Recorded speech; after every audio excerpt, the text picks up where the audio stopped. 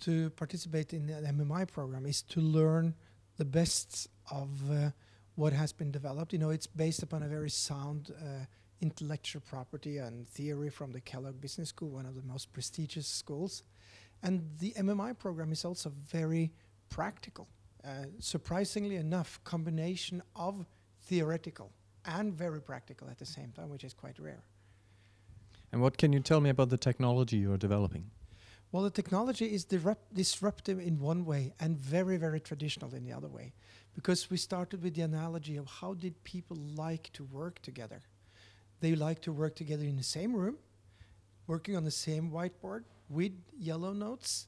And we said, well, why can't we do this digitally? And make the same experience where everybody can see each other, see what everybody's doing, but on the web.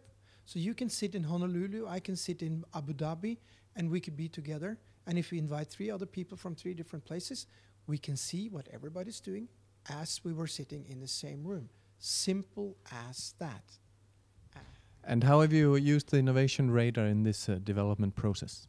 Well, we started off with what is the core.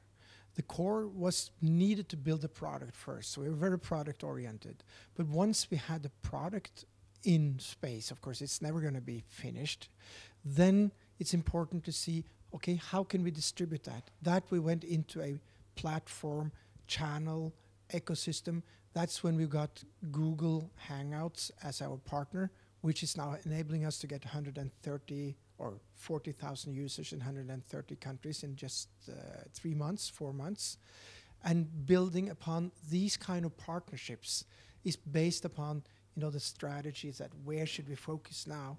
And then once we have done that, and we of course will never be finished with that either, then how can we make money and how can we communicate this in the best way?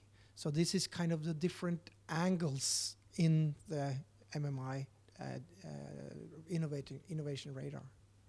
And the more practical side of things, how did you use it in your office?